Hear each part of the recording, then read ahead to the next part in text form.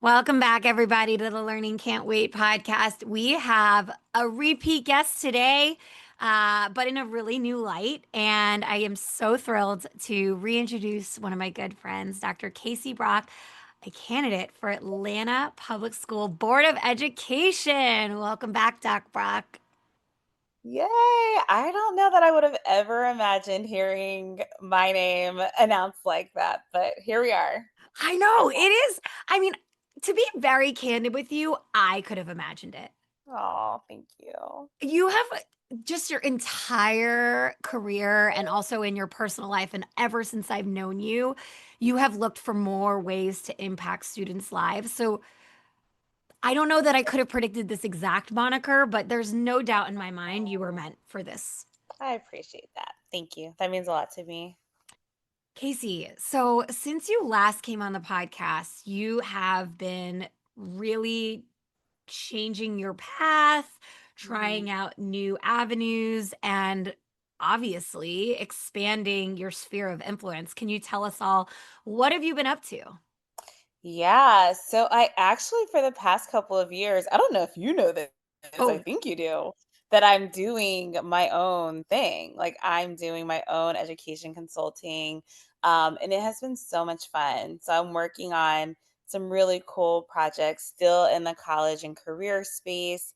I'm helping one organization dig into career connected learning and figure out how to codify some of what they've done over the past few years to elevate their program, and then also helping another organization with their healthcare pathways programs and figuring out how to scale that up.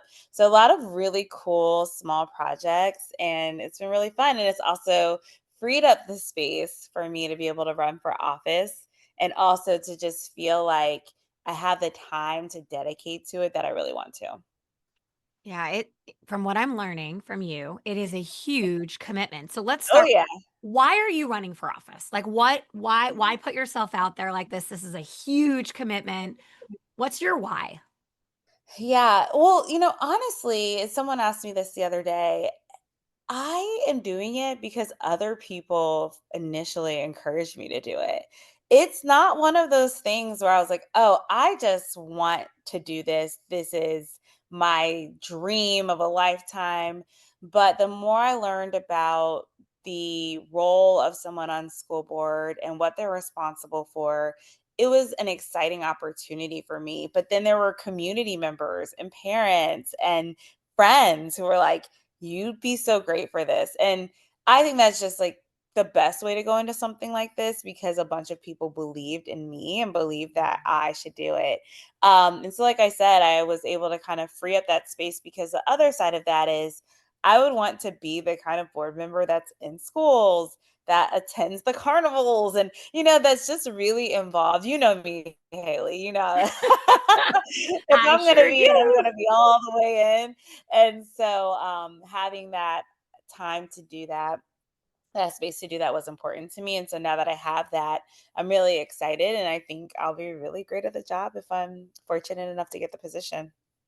What, in addition to being really involved and being a board member who is there in the community, what's like your platform for schools in Atlanta? Yeah. Yeah, Atlanta's really interesting. So it's for Atlanta Public Schools, which the first interesting part is that includes parts of Fulton County and DeKalb County, but then Fulton County has its own schools. Right. So that's really like one thing, one fact that a lot of people don't know. But the other thing is that the schools look very different around the city.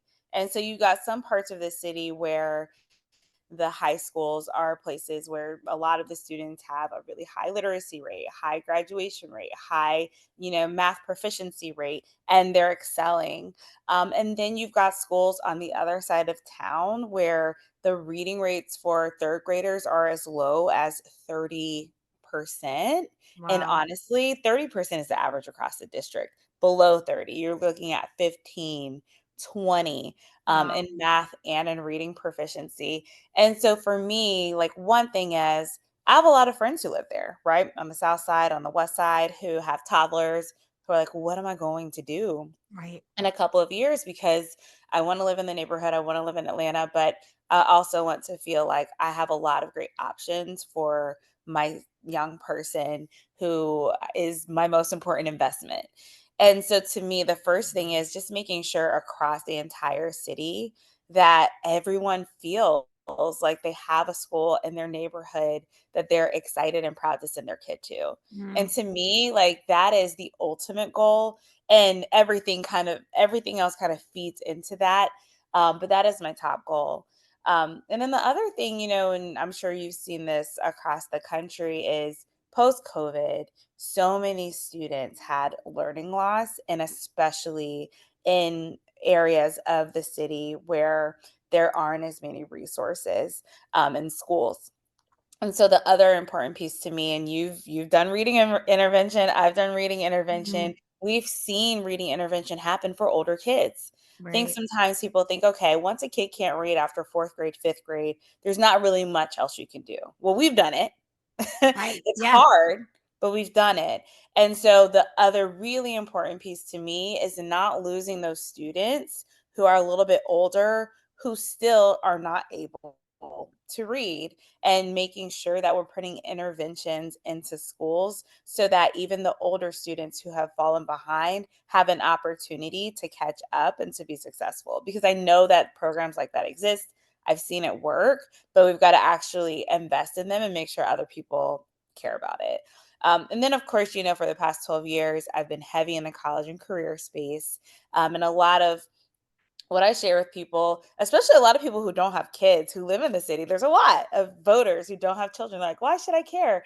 I'm like, this is our city in the next 10 years, Mm, right? And so, what I'm also thinking about is economic mobility. What kinds of opportunities will students have after they graduate? But also, what needs to happen in K 12 for students to have access and exposure to those kinds of opportunities? So being able to understand your path at an earlier stage feels really important to me, so that when students do graduate, whether it's college, whether it's career, whether it's some combination of both, that they have a clear path for what they want next in their life.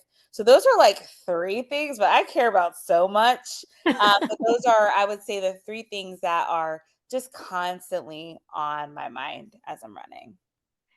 And those span that spans all the ages. Like when you name those three, Yeah. obviously there's more to your platform, but those Mhm. span the K-12, even the pre-K-12 experience and beyond. So very Yeah. powerful. Kaycee, while you were talking, I was reminded of all the ways I know you've been in education because it's not just one thing. It's not just, I hate that. I hate that word because I was going to say not just being a teacher, but nothing is Yeah. just being a teacher. But I Mhm. quickly looked up and I have to corroborate this. It was on Education Next. Uh-huh. 18% of school board members are educators. Uh-huh. That's a pretty low number. Isn't it a low number? And I think Yeah. about what I know about you and all the Mhm. things you've done. So just Mhm. like color for everybody a little bit of your background and experience and why you think being an educator makes you a better board member. Yeah, I joke with people all the time that I've had almost every job in education you can imagine. So I taught first grade, I taught sixth grade, and in both of those, first grade it was self-contained, so I taught all subjects. Sixth grade, nonfiction reading, alongside you, and then I was a college counselor. I ran an alumni support program and then took over all college programs. I've worked in the central office for New York City Public Schools, which is a huge district, coaching leaders and counselors in the district on college and career programs. And then I was an assistant principal at a high school, at a founding high school, which was a lot of work, really hard, but one of the most rewarding roles I've had. And then for the past 6 or so years, I've been more in the post secondary access and leaders, coaching and support space, where I've been doing some funding work and then just some general like PD and facilitation for people who are trying to help their students get into better colleges or have more options for careers. So why does it matter? Why do you like your personal belief? Why does it matter that your education experience will make you a better board of education? Yeah. Well, I will say that word just was interesting, right? Because I do think that the job of being a teacher is the hardest job you could ever have. And I always tell people, I'm like, you're a manager, you're a leader, you are an operations person. Like, you literally are doing everything as a teacher. And I think, unfortunately, because of the pay, because of our lack of value on that role, people don't see it for what it is. But a lot of people don't want to do it because they know how difficult it is. But all that to say, my level of not empathy, but sympathy for almost every role of everyone in education is there. I know what it's like to be a teacher, to have lots of resources, to not have lots of resources, to be supported as a teacher, to not be supported as a teacher. I understand what it's like to engage with parents as a teacher. And then when it comes to being a school leader, I understand that what it's like to manage teachers, to hold them accountable, to assess them, to make sure that they're the best that they can possibly be, and what it looks like to make sure they have the resources they need. I also know from a district level, like if I'm speaking to someone who works for the district, it's like, hey, like here are some things you can do as you're going into schools to have the level of humility that you probably should have going into a school that's already operating without you, to go into a school and be accepted and put into the fold of the school. And I understand how hard that is, but also how to make that happen. And so I just think like I understand it from so many different levels. And then, especially for the challenges we're facing in Atlanta, I think is especially important because of the places where I've taught and the rooms that I've been in, right? I've had to be that teacher before who had to earn respect. Like, I get it, right? Mhm. From the kids who's had to learn um, more about myself and more about the community so that I could be the best that I could be at that job. And so I just get it, and I think anytime that anyone who is in any space in education comes to me with a challenge, I've in some way, shape, or form have touched it, and so I think that would make me a really great school board member because a lot of people could come to me.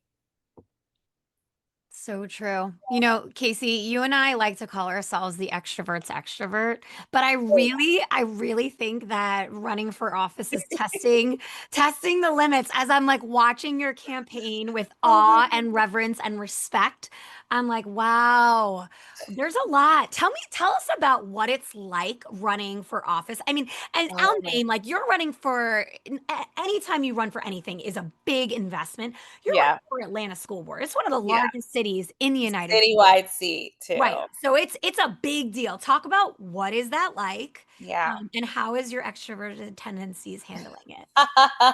Well, you and I are both extreme extroverts, and I will tell Extreme. you, it's it is push it's pushing the limit big time. Like a day, just a day in the life, right? Like I'm like, okay, I get up, I try to work out. I'll probably have I might have 2 or 3 coffee meetings a day. You're One of those very well caffeinated. I know. Listen, I've started to do some decaf. So it might be a fundraising meeting, and then it might be just a relationship building meeting, meeting a stakeholder, hearing what they have to say. And then I do my work at some point during the day. And then typically at night, I'm at a community meeting or an NPU meeting or something where I'm able to introduce myself to a new group of people. It could be a meet and greet or a fundraiser. And that is almost every day. Wow. Yeah, it's a lot. And I'll say, even though it feels like a lot, I'm learning so much and it's actually really fun. This is how you know you're a true extrovert. I know, it's really fun. And I think expanding my network in this kind of way is something I've never done. Mm. Where it's like, of course, I meet lots of people. I have a great network. I know wonderful people, but I'm meeting people who I probably would have never crossed paths with before. And I think that's the piece that I'm really excited about because I'm just learning so much. I love that. I consider myself a forever learner. And so Yeah. I don't think everybody consider themselves that, but Yeah. what a cool attribute to be able to be excited about continued learning. That just it makes my heart Mhm. happy. I am a little embarrassed to ask this question, but I have this question. I'm sure other people have this. Oh, yeah, girl, ask. I'm still learning things too. Yeah, well, Case, like, how do you fund this? Like Oh this, gosh. I feel like, you're giving up a considerable amount of your time, your energy. You Mhm. can't be funding this personally. I wish I could. That would be It great. would be amazing. But like, you Yeah. know, we're not all billionaires. So, Right, right. Yeah. And also, fun fact, if you do fund your own campaign, that's also not the best look, mainly because then it looks like the community doesn't support you. You oh, want fair. a lot of donations on your disclosure so that people know that like those are votes, those are people that'll show up for you and that support Mm, you. So that's just like a fun fact on the that's side really, there. yeah, I didn't know that. Yeah, so once you file to run, you can open up your campaign for fundraising. And so everything that I have is from fundraising from friends, family, and my network, which is Mm, very hard because you have to really just go to people and shamelessly ask for money, which I don't like asking for things. And it's that's the hardest part, I would say, yeah. because I told myself before getting into this that I would not ever be offended if someone could not give or did not want to give, because I'm like, people can support you in a lot of other ways. But when you see the yard signs, when you see the mailers come out, when you see like the t-shirts, all those things cost money. And the challenge is for my campaign, it's citywide, which means everyone in the entire city of Atlanta can vote for me. So where I may need, I'm going to throw out this number. It's not the real number. I know the real number, but I'm not going to say it. But like if I need, let's say, 50,000 votes, I have counterparts who are running in district seats who only need like 2,000, 3,000 votes. So they only have to raise enough money to reach that many people Oh, versus for me, I have to reach about 50, 55, like 1,000 people in the city. yes. And so that's way more mailers, way more getting the word out there, way more yard signs. And so the campaign in the past for people, it could cost 80 to 100 or more $1,000. Wow. Yeah. Okay, Yeah. so if people are listening and they Yeah. want to donate, where do they go? Yes. Oh my goodness. Brock, Brock, Atlanta.com. Please donate. My friends and my family, everybody's just been so generous and so kind in their giving. And now I'm working on getting outside of that, right? And getting other people to learn more about what I care about, what I stand for, so that they too would want to contribute and want to see me win. That is awesome. And, we have a lot of great listeners here at Learning Can't Wait that span the field of education, both in and around schools. And I really wanted to have you on to demystify the process of running for school board. But obviously, I support you. I have worked with you personally. I have never met a human who Oh, is more magnetic and has students. There's no person I've ever met that has more respect from students than oh, girl, you. you're making me cry. Oh, listen, it's real. This is real. And every journey of your life, I've been just amazed by what you've accomplished. I will note, Casey and I took, what's the exam you have to take to get your doctorate? Oh, the GRE? Oh, Casey and I took the GRE like the same month, Yes. and Casey had fortitude, and I did not. And she got that Doc Brock going, and I did not. And it's something that like I've Awesome. always just been so proud of you for Thank done. you. And it's so cool to me as your friend to be able to see the scale at which you continue to impact. So I feel really confident and proud to say I support Doc Brock for Board of Education for Atlanta, but I can't vote there. So if you can, here's your moment. Oh, thank you. I appreciate that. And now I'm officially have tears in my eyes. Thanks, Haley. No, I mean, Thank listen, you. this is hard work, and getting involved in local politics and Yeah. local elections is where change really happens. Mhm. Especially now and I what's was just happening gonna in our say, right, country. like our Yeah. country is more troubled than it ever has been Yeah. in our lives. And so it's people like you, and we have other friends we've worked with who have done Yeah. this, right? We have Katie Yes. Minaya up in New Rochelle. We have Shara Watkins over in San Mateo. We have folks from Mhm. HBA. They put their feet in the ground and they say Yeah. local politics is where it's at. And now we have Dr. Kaycee Brock. So Yes. Yeah.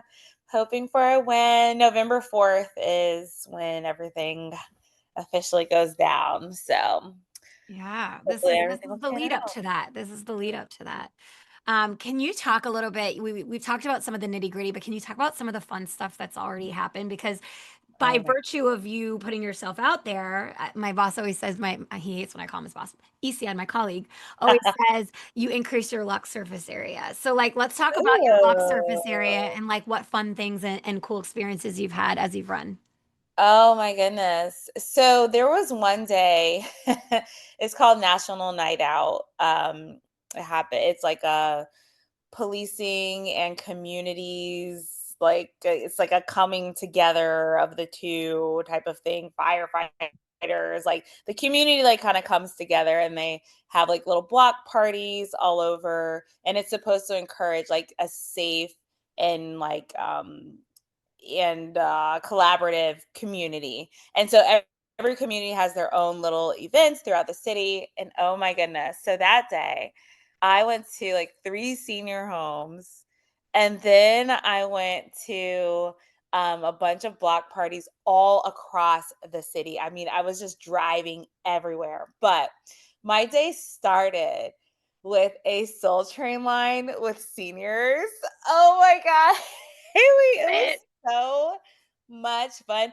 I think still that's probably one of the best days I've had so far campaigning. And I just had such a good time with them, just connecting with them. Um, and then the day ended over in Collier Heights on the west side, at the coolest, most fun family oriented block party I've ever been to, where the block was closed off. There was barbecue and people were hanging out and having a good time. And I was just like, this is where I'm meant to be. I just spent the entire day just all over the entire city, loving on people and talking to people and learning from people. And I get a little bit of that every day. And so I'm really grateful for that. Just because it helps me to even see my city, like where I'm from, in a completely different light doing this. So what It's I real hear you saying is that every day should start with a soul train. absolutely at this particular senior home. It's That called is Better Tomorrows. It's That is amazing. incredible. I just can picture the joy that Oh, yeah. the experience of that joy. Mhm. Kaycee, as am winding up this conversation, I feel like you have so much to share with everybody about this experience. What advice would you give someone who is maybe on the fence about running for local election, Oh. if they were trying to make the decision? What would you say to them? Ooh. Do not feel pressured to do it. I took my time making this decision, and even though I did kind of feel some pressure timing-wise, and probably put myself in a tougher position, because since I didn't make a decision soon, I feel like a lot of other people were like, "Maybe I should run, maybe I should run." I think it could have been a little bit easier for me Mm. had I decided earlier. However, when I did get into the race, felt so good about it. And so I would say, do not let other people pressure you, because my thought is always like, are you running? Okay, then, right? Because I'm the person who has to make sure my house is still in order, make sure my finances are together, make sure my day job is going well, make sure I'm still feeling like a balanced human. And so, even though it's always just going to be crazy to run, you really have to be ready for it. Yeah. And then the other thing I would say is to make sure it's what you genuinely want to do.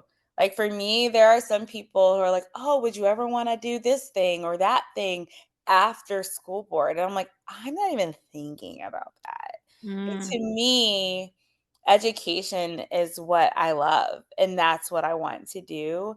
And so I would also say, do what you actually want to do, right? right. Like, don't do a role just because it's open, but because it's what you actually care about and you're passionate about. Because ultimately, this is impacting the lives of so many people. And so it's important that you go into that responsibly and for the right reasons. It's not a popularity thing. It's like this is kids' lives. Incredible. Mhm. Dr. Kaycee Brock, I'm just like Haley Spearpower here. I know I'm this podcast host and I'm like representing my company on this podcast, but I love you and I'm so I proud of love you you. And I hope too. everybody listening to this understands just like how deeply I respect this woman and the work she's doing. And I'm so grateful that you're doing it. And I appreciate you coming on the podcast to share about your experience. I'm hoping that one, it helps you get elected, but two, it inspires other people to run for local office and impact their communities if that's what they want, per what you said. Thank you. Yeah, and if anybody wants to reach out, like I said, they can go to brockforatlanta.com or my email is Kaycee, Kaycee at brockforatlanta.com. If anybody is interested in running or wants to reach out and has any questions, I'm happy to pay it forward because, like I said, there's just so much I'm learning through this experience. And I don't think it's something you understand until you go through it. Amazing. Even generous on the closing. Yeah. Thank you so much, Kaycee, for coming on the Thank podcast today. you. I appreciate you. And thank you to everybody who tuned in.